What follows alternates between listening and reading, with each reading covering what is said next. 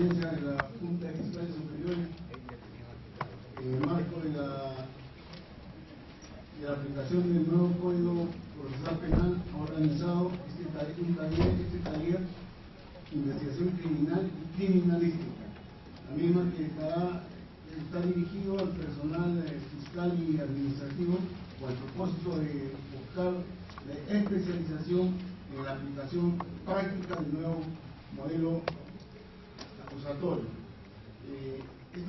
Esta tarde vamos a contar con la presencia del coronel Policía Nacional del Perú, Kluber Aliaga Lotman, jefe de la DICTER Norte, quien es también abogado egresado de la Universidad Nacional Mayor de San Marcos, doctor en Derecho, magíster en Administración, perito grafotécnico y egresado del CAEN en Defensa Nacional, quien disertará los temas de investigación criminal y criminalística.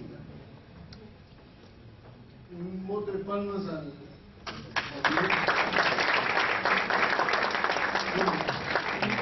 doctor Alberto Rosel Alvarado, presidente de la Junta de Fiscales, va a dar la bienvenida.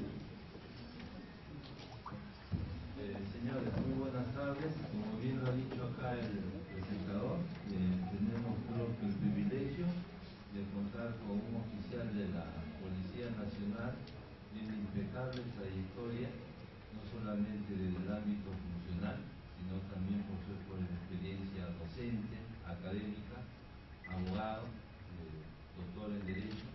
Entonces, qué mejor que él para que desarrolle este seminario que considero, estoy firmemente convencido, que va a ser de mucho beneficio para todos nosotros. Como ustedes saben, los temas que se va a tratar hoy día son temas vitales para el ejercicio de la función. Fiscales docentes, personal administrativo, vamos a tener la oportunidad de escuchar las reflexiones, los casos que en la práctica ha llevado a cabo el coronel durante todo su ejercicio de la función policial. Hablábamos antes de estar en este recinto de toda su experiencia que he tenido, la experiencia y la práctica, cómo ha manejado las investigaciones conjuntamente con los miembros del Ministerio Público, y este tema necesariamente, y creo que es de mucha relevancia, porque estamos hablando de un nuevo Código Procesal Penal, donde las tres instituciones pilares de esta nueva organización procesal tienen que estar trabajando de manera conjunta. Entonces es muy importante escuchar esas reflexiones. Una policía que investiga, una policía técnica que investiga, un fiscal provincial o un fiscal adjunto que va a orientar, va a dirigir esas investigaciones, y un poder judicial que se va a circunscribir como nuevo modelo solamente a dar los fallos en cuanto a las decisiones finales. Entonces yo, señor coronel, agradezco sinceramente su presencia, la molestia. Yo sé que ahorita usted viene de un operativo, Lima está bastante convulsionada, y más aún le agradecemos a nombre mío y de los asistentes por brindarnos este momento de su tiempo. Yo los dejo a ustedes como coronel, y estoy firmemente convencido que este seminario nos va a reforzar todos nuestros conocimientos académicos. Muchas gracias, señor.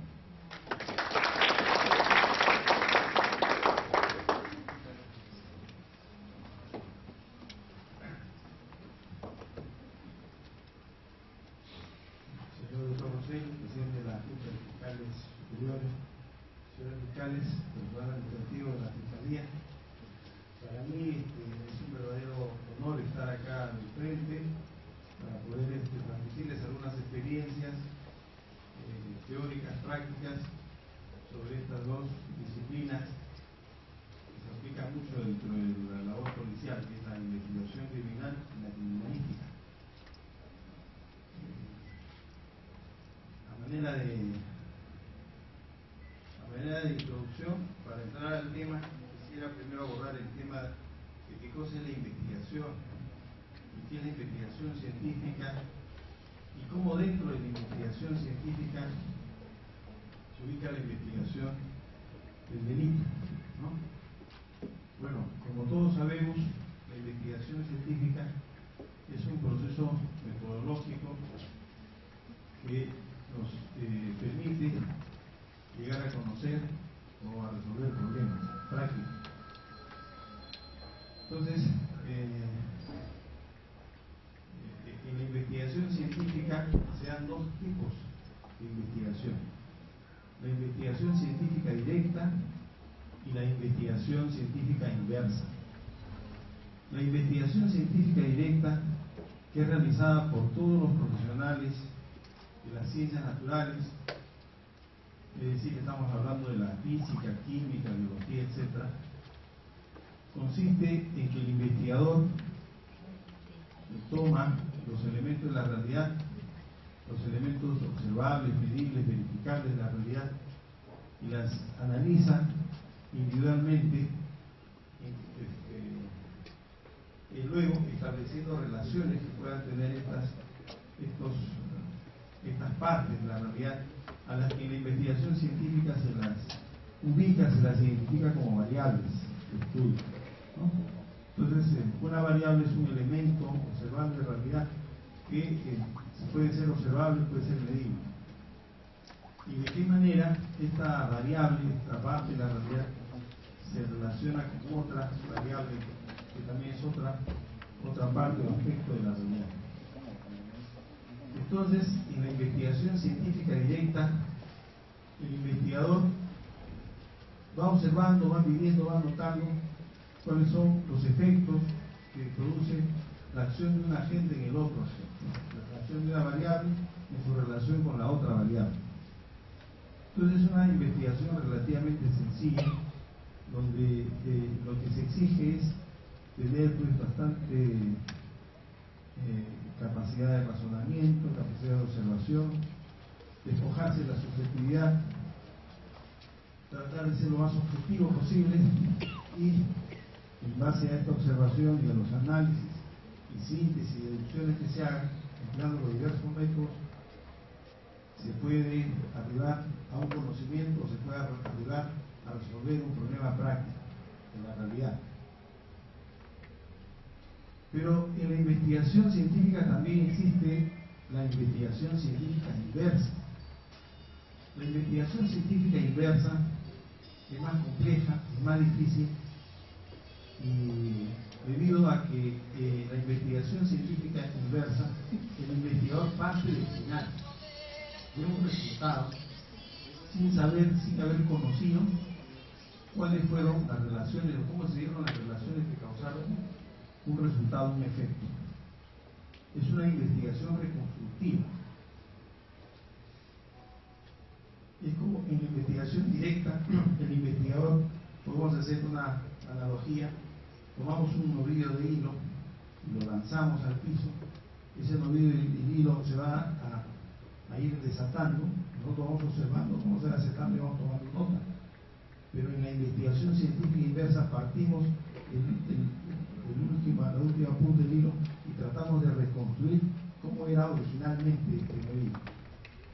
Entonces, requiere mayor acuciosidad, mayor capacidad de observación, mayor capacidad de razonamiento.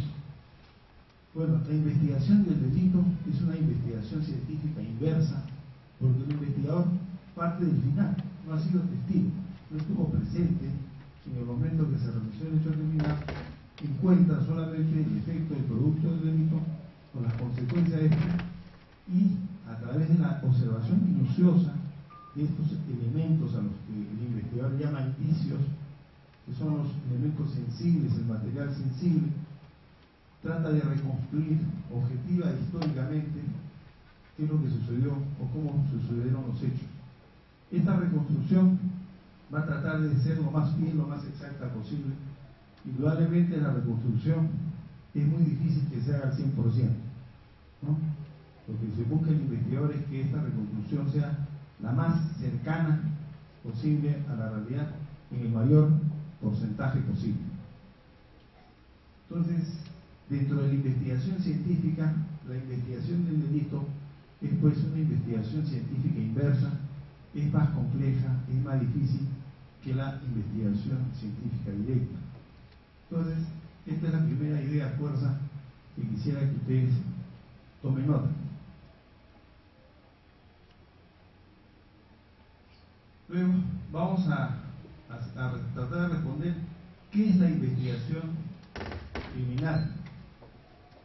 En nuestro medio, lo correcto es decir qué cosa es la investigación del delito o qué es la investigación del delito, porque en la doctrina internacional encontramos investigación criminal, pero nuestro sistema penal no ha previsto la figura de crimen. En nuestro código penal solamente existen delitos y faltas, pero en el derecho comparado, en el derecho penal comparado, sí existe la figura de crimen. Entonces, cuando se ha legislado, cuando decimos investigación criminal, nos estaríamos refiriendo a investigación de un delito, ¿no? La doctrina internacional sí contiene este tipo penal de crimen, como en Chile, ¿no? Crimen, simple delito y falta. En el Perú solamente tenemos delitos y faltas. En la doctrina internacional vamos a encontrar textos, libros, doctrina e investigación criminal, que para nosotros, para el caso peruano, es investigación del delito. Entonces, ¿qué es la investigación criminal o la investigación del delito en nuestro caso? Es el proceso metodológico, técnico y científico que se sigue con la finalidad de encontrar la verdad objetiva e histórica respecto de un hecho delictuoso o presuntamente delictuoso, para reconstruir la forma y circunstancias de su comisión y establecer la identidad de los autores y demás partícipes, aprendiendo los indicios, evidencias y todos los elementos o medios de prueba. Decimos que es histórica porque desde el momento que se produce el delito ya es pasado, ¿no? Todo transcurre en el tiempo y el tiempo no perdona a nadie. O sea, desde el momento que se aboca uno a una investigación, no sabe primero si es delito o es un presunto delito. Entonces, al momento de iniciar la investigación, no siempre se investiga un delito, un presunto delito. Claro, yo fui, pero estaban en reunión con la doctora. Ya, pero ¿Y para qué se investiga? Lo que pasa es que Bueno, desde el punto de vista epistemológico, científico, toda ciencia, toda investigación científica es para encontrar la verdad. Si no se busca la verdad, no se puede decir que se está investigando. En la realidad existen investigadores y existen pseudo investigadores.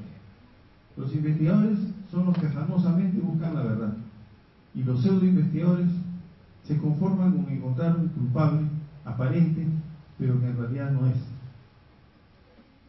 Entonces, acá viene el viejo dilema de Sócrates y los sofistas.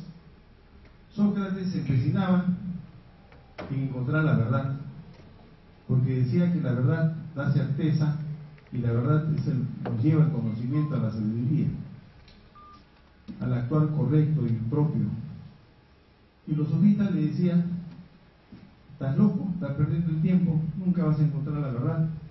Lo que importa es la convicción, lo que importa es convencer. El que convence se conquista a la mujer que quiere y cierra el negocio que quiere y se hace rico. Y no se necesita la verdad, lo único que se necesita es convencer. Y los sofistas enseñaban retórica, oratoria y actuación, porque así se tenía éxito en la vida. Bueno, el viejo dilema hoy día lo encontramos en el nuevo Código Procesal Penal, ¿no? En el nuevo Código Procesal Penal, algunos creen entender que lo que busca el modelo procesal penal es encontrar elementos de convicción, ¿no?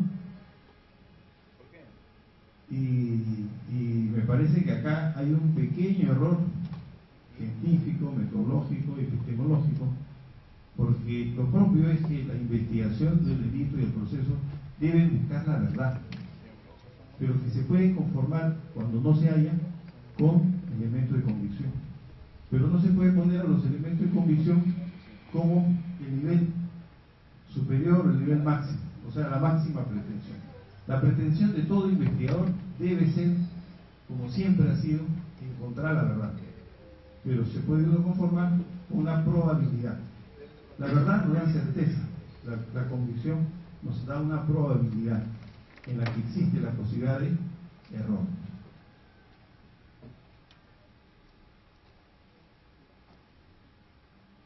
Respecto de los antecedentes de la investigación criminal o la investigación del delito,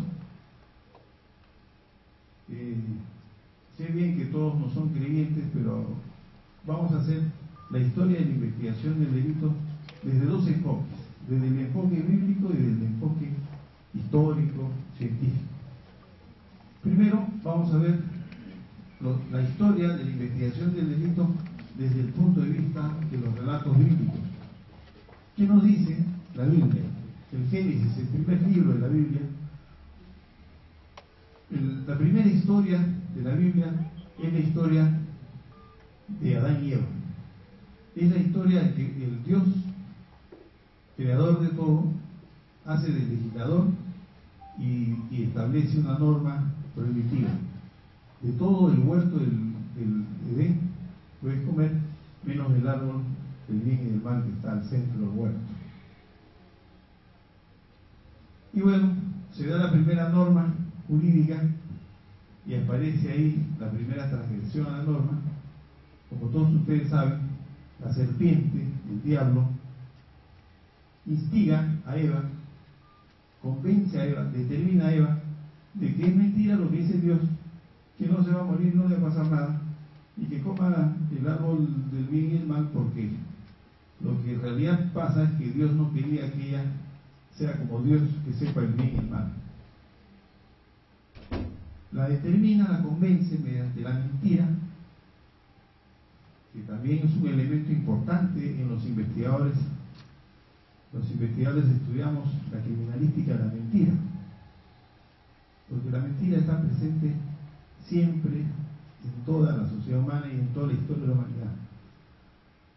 Entonces, en base a la mentira es que Eva es convencida y determinada a infraccionar la norma, y luego ella misma convence a Adán. Y en esta primera historia del mundo, el mismo Dios es el primer investigador. Busca a Adán y Adán y Eva se esconden. Y practica el primer interrogatorio a Adán y Eva. ¿Y por qué no me contestaban? ¿No? ¿Por qué se escondían? Es que supimos que estamos desnudos. Con esa respuesta, de manera indirecta, ellos estaban diciendo que habían comido el árbol del bien y el mal. De manera semejante, cuando Salomón interroga a las dos presuntas madres de una criatura, dos madres que se disputan ser titulares, ser progenitoras de una criatura, y Salomón sabiamente les pregunta a una: ¿tú eres la madre? Sí. Y le pregunta a la otra, en careo: ¿tú eres la madre? Sí. Y sabiamente Salomón, sabiendo interrogar, después obtiene una respuesta indirecta. Es que en la investigación del delito no se deben siempre encontrar respuestas directas. La respuesta indirecta es que, bueno, si las dos son madres, partan el hijo en dos y den la mitad a cada una. La verdadera madre dice: no, entonces yo renuncio a mi parte, pero dénselo a la otra entero. Mientras que la otra decía: sí, está bien, pues partan en dos. De manera indirecta, Salomón ya sabía quién era la verdadera madre, y entregó la verdadera madre, el hijo a la verdadera madre, porque aplicaba bien el interrogatorio, que es una técnica de investigación. Luego, lo curioso es que en la misma historia bíblica, la segunda historia del mundo también es una historia. Nosotros en la escuela de investigación, en la FIB de donde yo procedía, se decía: Dios es el primer detective, Dios es el primer investigador. Porque la primera y la segunda historia del mundo son historias policiales, donde la segunda historia del mundo Dios también practica otra investigación. Y esta vez el asesinato de Caín, a su su hermano Abel, ¿no? Y en esta oportunidad la investigación es una investigación científica, mientras que la primera es una investigación técnica. Dios pregunta a Caín, ¿dónde está tu hermano Abel? Y Caín le dice, yo no soy guarda de mi hermano, yo no sé dónde está. Y Dios enfrenta a Caín con su mentira y le dice, la voz de la sangre de tu hermano clama a mí de la tierra. Es decir, los indicios, ¿no?, estaban señalando quién había sido el culpable, que era Caín. Entonces, confrontado contra los indicios, contra las pruebas científicas, ¿no?, Caín no tuvo más remedio pues que reconocer su culpabilidad y es sancionado drásticamente.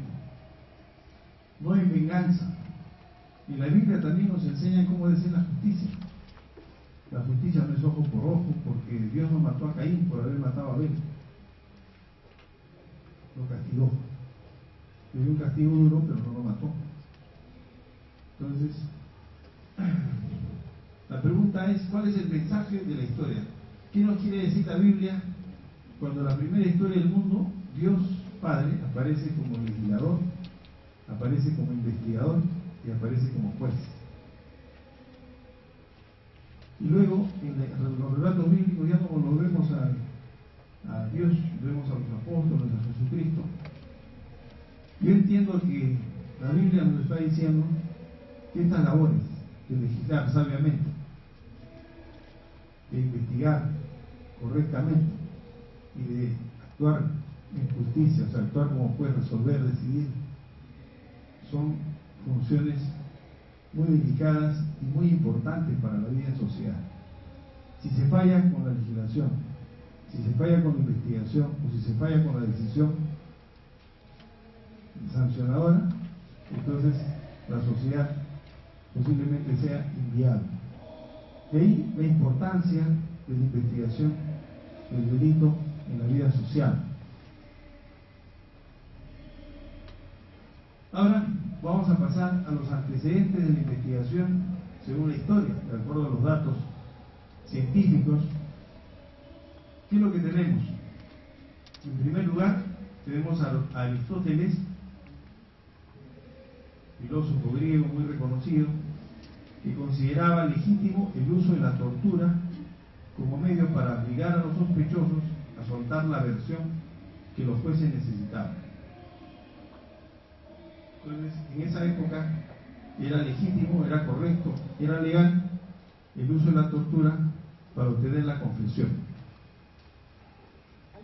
La Iglesia Católica, el año 1252, por intermedio del Papa Inocencio IV, legitimó el uso de la tortura en los casos de herejía, dando inicio a la aplicación de la institución denominada la Santa Inquisición. Entonces vemos cómo la propia Iglesia Católica también legitima el uso de la tortura para que los culpables suelten la verdad que tienen escondida. La reina María Teresa de Austria en 1768 mandó imprimir un folleto donde se describían más de 600 formas de tortura, minuciosamente detalladas e ilustradas. O sea, hemos vivido una época en que la tortura era un medio legítimo para encontrar la verdad.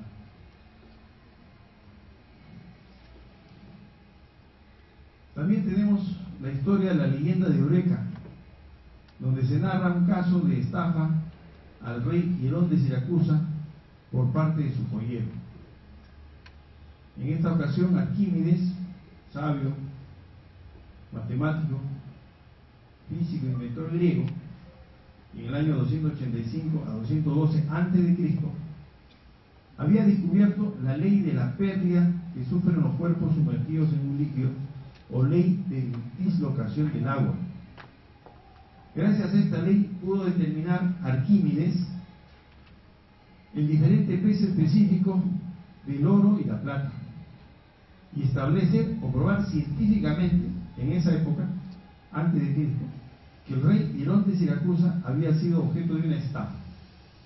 El rey Hierón de Siracusa había entregado una determinada cantidad de oro para que su joyero le hiciera una corona de oro puro.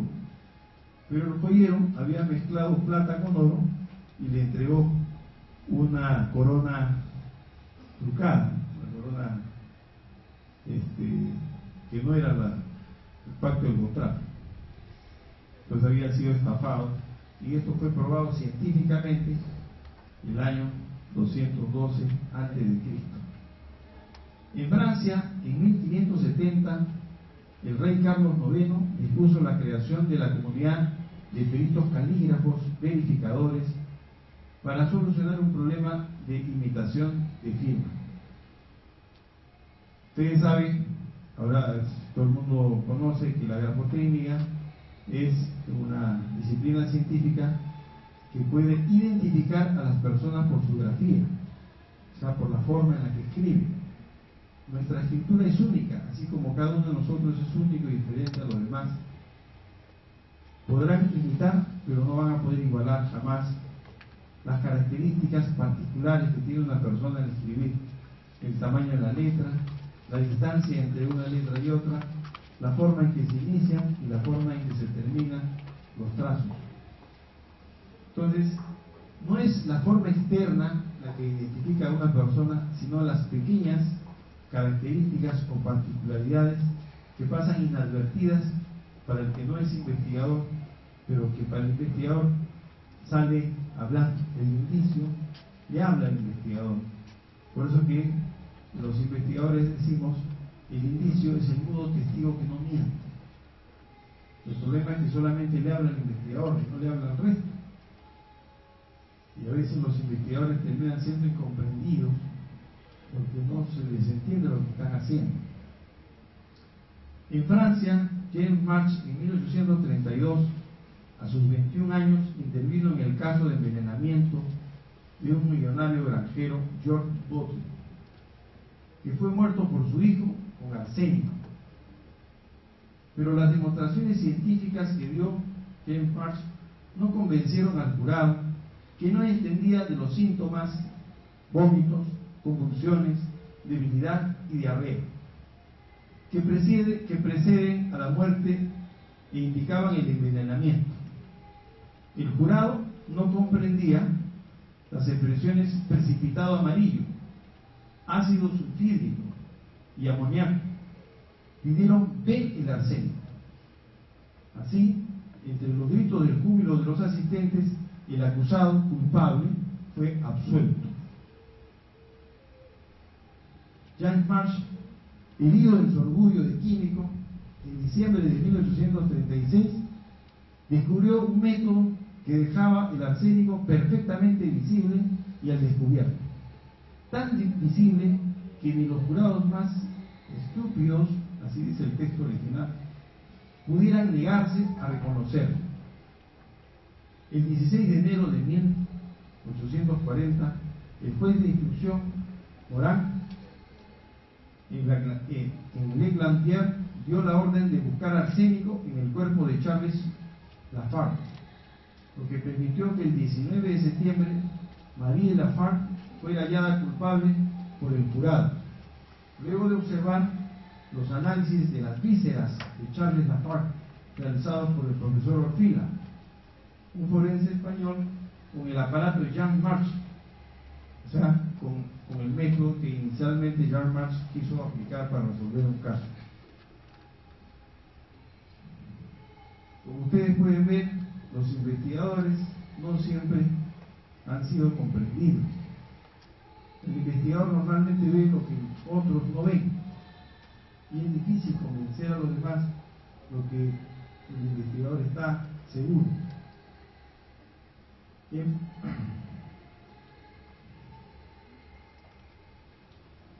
Ahora vamos a pasar a otro punto, que es la sistematización de la evolución de la historia de la investigación del delito.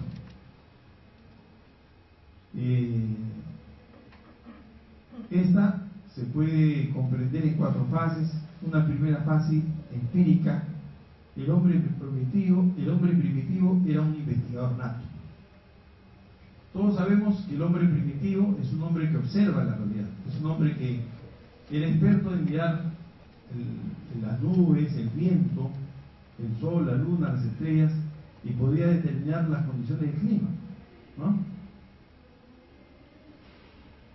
Para explicar esto de un ejemplo sencillo, un par de niños cajamarquinos de las punas de Cajamarca son observados por un turista americano, y los niños salían corriendo por la puna descalzos, y el gringo se decía a sí mismo: pobres cholitos, ¿no? ¿Por qué corren? Se van a lastimar los pies descalzos. Y los cholitos decían: pobre gringo sonso, que no se da cuenta que ahorita viene un aguacero. El hombre primitivo tenía que cazar, tenía que recolectar, y era un observador nato, era un investigador nato. Viendo las huellas que dejaban los animales en el suelo, podía determinar de qué animal se trataba y hace cuánto tiempo había sido dejada la huella. Si era reciente o era ya pasada. Podía determinar si era un animal de presa o era un predador. Por las formas en las que las hojas eran masticadas, podía determinar qué tipo de animal era el que había estado por esos lugares o vive por esa zona, y de acuerdo a ello identificaba su casa. El hombre primitivo podía ver los indicios, podía ver, era un observador, era un investigador nato.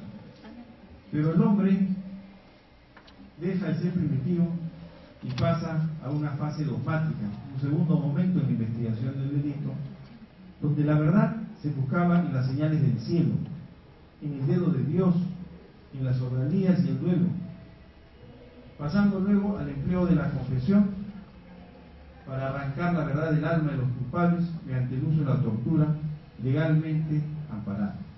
El hombre fue más racional y dejó de ser un observador nato y trató de encontrar en la dogmática, en el dogma, en la religión, las respuestas a todo. Dios tenía que señalar quién era el culpable. Dios tenía que salvar al inocente. Y dejó de ser investigador. Esto ha durado muchísimos años, muchísimos siglos, hasta pasar recién a fines de la Edad Media a la fase técnica de la investigación del delito.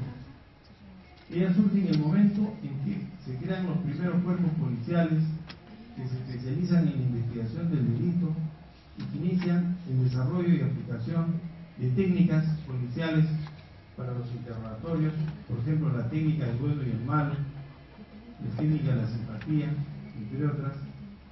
Se caracteriza este momento porque el hombre comienza a tratar de encontrar la verdad de los delitos por sus propios medios, en base a habilidades personales, destrezas y procedimientos y actividades que habían demostrado ser efectivas.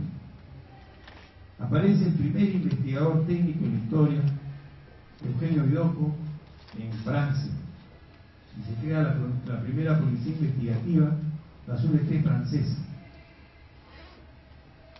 En esta época surge la policía técnica, la policía investigativa, empleando procedimientos técnicos muy efectivos. El interrogatorio ha sido, por ejemplo, la técnica más importante para esclarecer los hechos que tenía un investigador en la época que yo estudiaba en la PIB. Un buen investigador era un habilísimo interrogador. Esa era la mejor arma, no era el revólver, no era el laboratorio criminalístico, era su habilidad para interrogar. Porque en cualquier zona del país no había laboratorio criminalístico. Hasta que vengan los resultados de las pericias, pasaban meses y no había tiempo para eso. Los crímenes se resolvían por la gran habilidad de poder interrogar. Luego hemos pasado a la última fase en la investigación del delito, que es la fase científica, que se inicia con la aplicación de conocimientos científicos para los estudios de los indicios y evidencias encontradas. Hoy en día estamos en el reinado de las pruebas periciales, las pruebas criminalísticas, las pruebas científicas.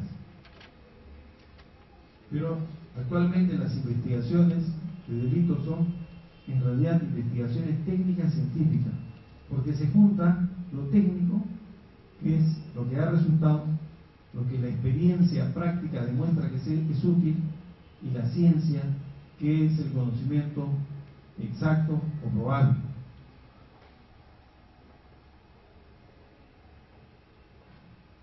Ahora vamos a pasar a la segunda parte de nuestra teoría general sobre criminalística.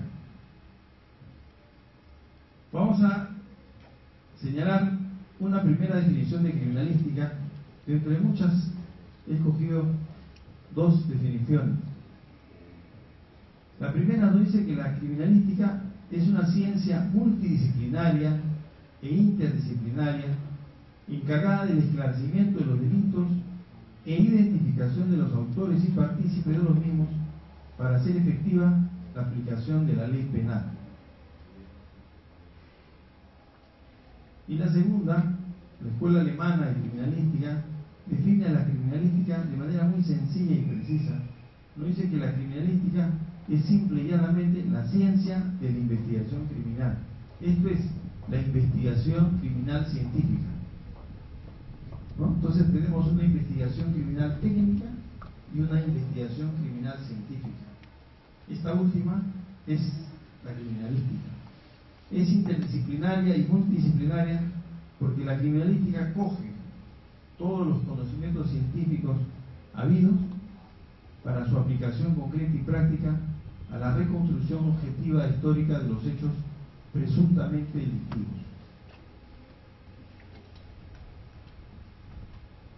¿Qué es lo que permite la criminalística? La criminalística permite fundamentar la acusación, la defensa y las sentencias en la verdad científica, alejándonos de la falta de certeza de la intuición, los prejuicios y cualquier otro producto de la pura subjetividad, protegiendo así a todos los integrantes de la sociedad del criterio de conciencia del juzgador, el que por diversos motivos, no necesariamente intencionados, no siempre ha servido a la justicia. Además, porque no existe un medio seguro y que pueda aplicarse siempre para verificar el razonamiento lógico del juzgador, sobre todo si no se tiene medios para contar con una defensa legal el tiempo suficiente y necesario.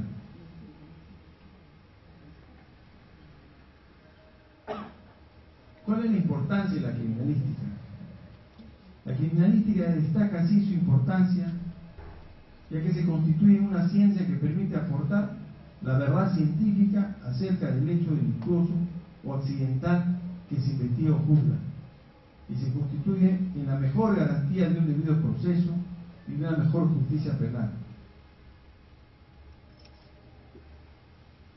La criminalística nos ofrece la prueba científica que nos lleva a la verdad científica sobre un hecho que se afirma o se niega, o que permite reconstruir los hechos, en especial donde no hay testigos.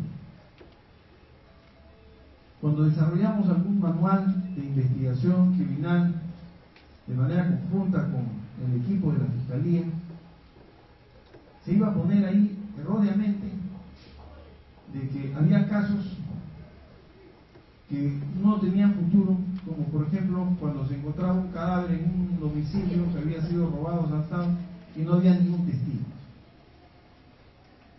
Se desconocía que para eso está la criminalística. La criminalística permite que el investigador hable con los indicios, no con las personas. Con el indicio, y a través del estudio de los indicios se puede identificar a los autores, a los partícipes, a las víctimas, a los agraviados, y se puede reconstruir cómo sucedieron los hechos. Entonces, luego de analizar bien este tema, borramos ese manual, ese texto, que bueno, atentaba pues contra lo que es la investigación del delito y sobre todo la investigación científica del delito. Un poquito de la historia peruana de la criminalística es que la criminalística en nuestro país solo era estudiada y aplicada por la antigua Policía de Investigaciones del Perú, que algunos de ustedes deben conocer como lo que fue la PIP. Esta institución policial tenía como misión y función la investigación de los delitos. La PIP fue disuelta dentro del proceso de reorganización de las fuerzas policiales y que derivó en la creación de un único cuerpo policial denominado Policía Nacional, esto en la década de 1980. La criminalística, para cumplir con sus fines, se auxilia de todo conocimiento científico existente, en especial de las ciencias naturales y formales, por sus especiales características de ser verificables y comprobables, como la física, la química, la biología, la informática, la matemática, etc. Con el auxilio de dichas ciencias, la criminalística se aboca al estudio de la escena del delito, aunque lo más propio es decir escena del suceso o de los hechos, ya que la criminalística se inicia sin haber verificado previamente si se trata de delito o no. Después de las primeras diligencias criminalísticas, recién se tendrán algunos indicativos que hagan presumir que se trata de un delito. La criminalística actúa así de manera neutral en la investigación o el proceso penal. Se puede decir que es imparte en el proceso, dado que no está a favor ni en contra del acusado, agraviado o víctima, sino que su propósito es encontrar la verdad científica respecto del hecho que se investiga, la que indistintamente puede ser favorable o desfavorable a cualquiera de las partes.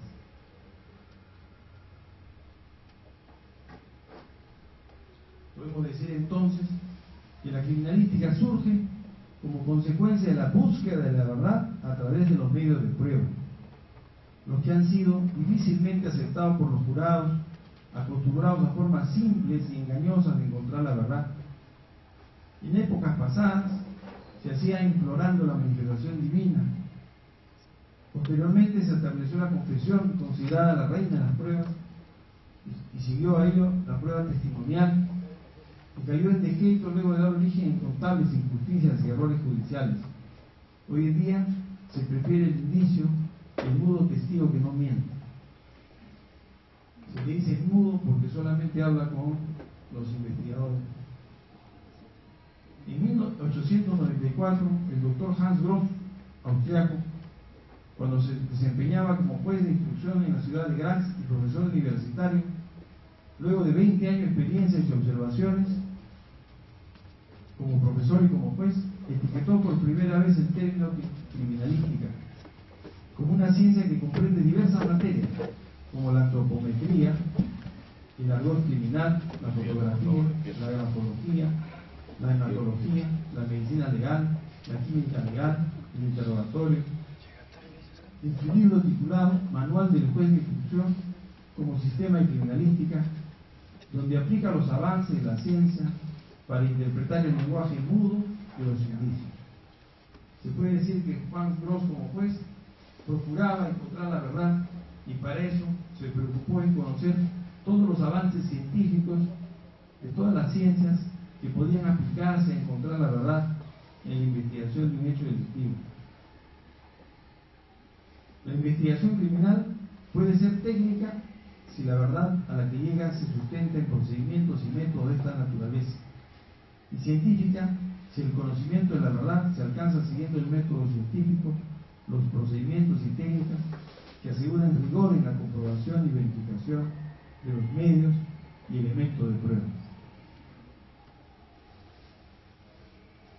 En el Perú, la criminalística se inició en el área de identificación humana el 1 de febrero de 1892, cuando se apertura el Gabinete de Identificación Antropométrica en las entonces Oficinas Central de Policía, a cargo de médicos de policía y estudiantes de medicina de la Universidad Nacional Mayor de San Marcos, quienes basaban sus exámenes en el método de Alfonso Bertillon, método antropométrico. Bertillon demostró científicamente que todos los seres humanos tenemos nuestra estructura ósea diferente, y midiendo la estructura ósea podía identificarse, distinguirse de una persona de los demás. La identificación es distinguir a uno de todos los demás que pueden ser semejantes.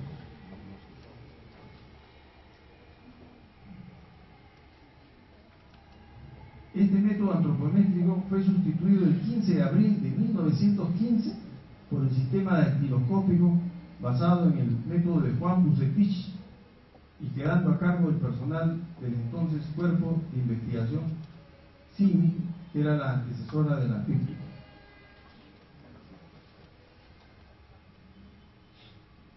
Posteriormente, por acuerdo del Congreso de la República, se aprobó la conformación de un laboratorio forense, tomándose como modelo el laboratorio del FBI de los Estados Unidos, estructurado con personal e instrumental de la rama de biología, química, medicina, balística y grafotecnia, a cargo del personal del Cuerpo de Investigación y Vigilancia Civil. En 1972, el laboratorio se trasladó a la Escuela de la entonces Policía de Investigaciones del Perú, hoy Complejo Policial Walter Rosales León, que todos conocemos, que está ubicado en la avenida Aranburú 550 en Surquillo.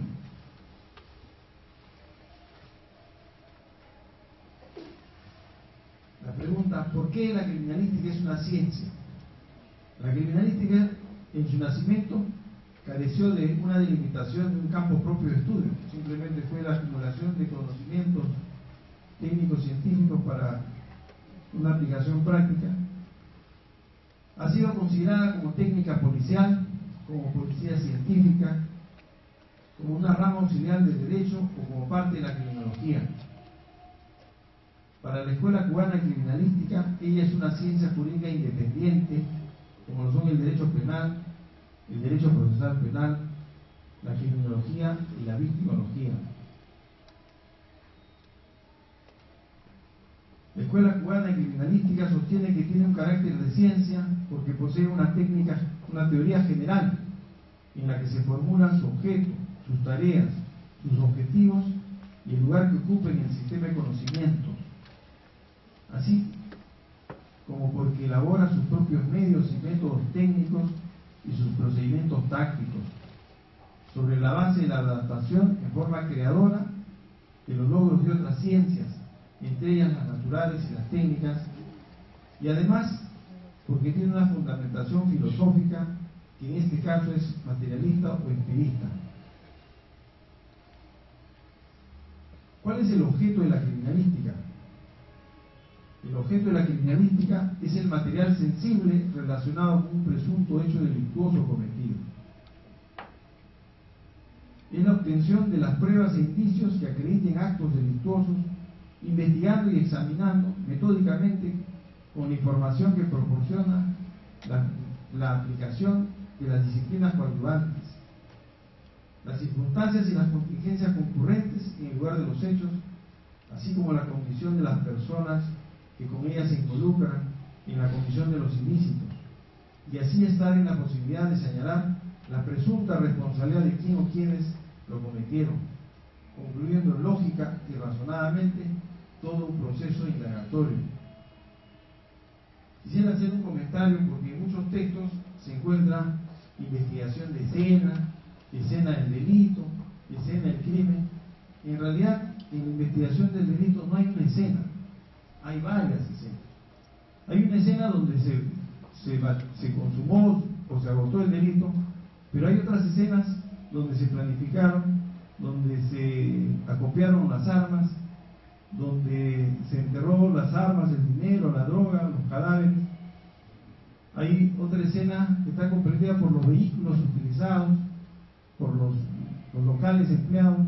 Es decir, en realidad, la investigación del delito no investiga una escena, sino un conjunto de escenas.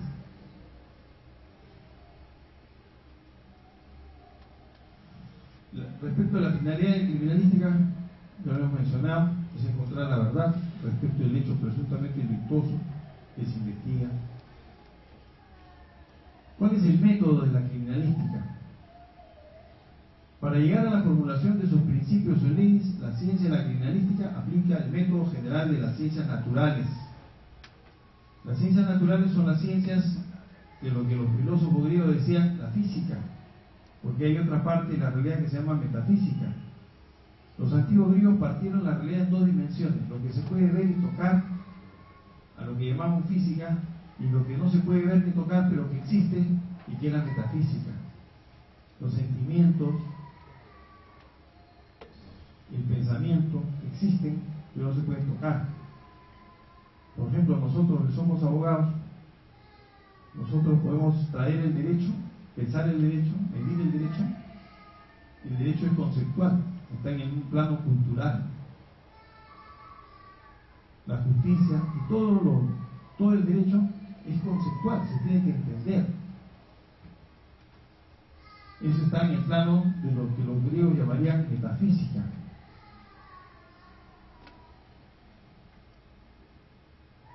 Emplea la inducción, es decir, parte de varias verdades particulares para llegar a una verdad general. Cumple los pasos de observación, hipótesis y experimentación. Como técnica o ciencia aplicada, la criminalística aplica el método deductivo. Partiendo de la verdad general, llega a una verdad específica. Y en su